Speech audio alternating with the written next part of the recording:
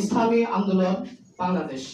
সারা দেশে যেহেতু ঘুরি আমি দেখি আমাদের সিলেটে একটু দুর্বল। সারা দেশে পঞ্চগড়ে যখন যাই, দিনাজপুরে যাই, গাইবান্ধায় যাই, মানুষ দাওয়াত দিচ্ছে।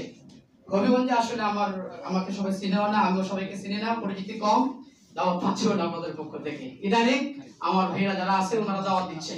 আশা করি হবিগঞ্জেও ইসলামী আন্দোলন যেই রকম ভাবে সারা দেশে অবস্থান করে নিয়েছে, আমরা আশা করি আগামী দিনে হবিগঞ্জ এইরকম হবে ইনশাআল্লাহ।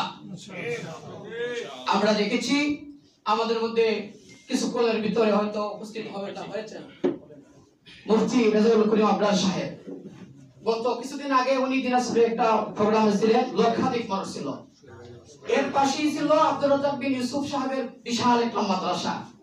উনি সেখানে ওনাকে একবার সরাসরি ওনার বিরুদ্ধে কথা বলেছেন। আমি দাঁড়িয়ে দেখেছিলাম, সেখানে আহলে হাদিসের অনেক লোকেরা ছিল। তো আমি সেখানে লক্ষ্য করেছি আমাদের গৌরব রেজাউল করিম আবরার সাহেব, ওনাকে ধরে রাখার দায়িত্ব আমাদের না অন্যদের? আমরা এই কারণে আমি আজকে বলে যেতে চাই, সারা দেশে ইতিমধ্যে যার সুনাম ছড়িয়ে পড়েছে, তারপরে পাশাপাশি মঈনুদ্দিন তানভীর সাহেব, উনিও সারা দেশে কাজ করে যাচ্ছেন।